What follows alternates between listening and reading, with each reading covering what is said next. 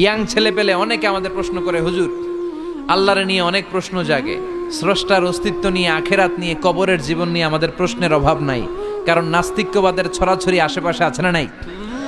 Young যারা আছে তোমাদেরকে একটা বই পড়ার সাজেস্ট আজকে আমি করে যাই। বইটার নাম অনেকে জানে, প্যারাডক্সিক্যাল সাজিদ। কি নাম? লেখক হচ্ছে আরিফ আজাদ। লেখক কে? আরিফ আজাদ। বইটার নাম প্যারাডক্সিক্যাল সাজিদ। গত 21শে বই মেলায় এটা দ্য বেস্ট সেলার হয়েছিল, এজন্য নাস্তিকদের মাথা গরম। কথা বলেন। এই বছর সে আরেকটা বের করছে, প্যারাডক্সিক্যাল সাজিদ 2। এটা গতকাল থেকে বইমেলায় পাওয়া যাচ্ছে, 21শে বইমেলায়। এই প্যারাডক্সিক্যাল সাজিদ 1, প্যারাডক্সিক্যাল সাজিদ 2 প্রতিটা যুবকের সাথে সাথে রাখার দরকার, ঠিক কিনা? It's an eye opener for you.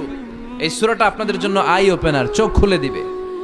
একটু চিন্তা করলেই বুঝবেন যে নাস্তিকদের যুক্তিগুলো খুবই হালকা। ওরা স্রষ্টাকে মানতে চায় না, আল্লাহরে মানতে চায় না। এর কারণ ওরা বলে আনসিন ইজ নাথিং, যেটারে দেখি না ওইটা মানি না। নাজুবিল্লাহ পড়বেন না? কিন্তু ওরা ওদের জীবনে অনেক কিছু দেখে না, ওরা মানে না। কথা কন।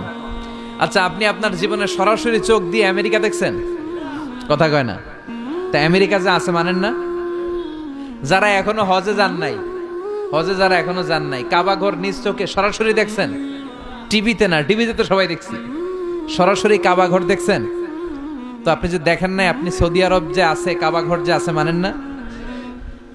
নাস্তিকরা বাতাস খালি চোখে দেখে না, দেখে, কিন্তু নাস্তিকরা বাতাস মানে না। Why do you believe on that? তো বাতাস মানুষ কেন? তোর দাদা, তোর বাবা কোনোদিন বাতাস দেখছে? তুই তোর চোখ দিয়ে কোনোদিন বাতাস দেখেছিস? Do you see the air in the atmosphere? উত্তরে বলবেন no. So why do you believe on that? বাতাস বিশ্বাস করো কেন?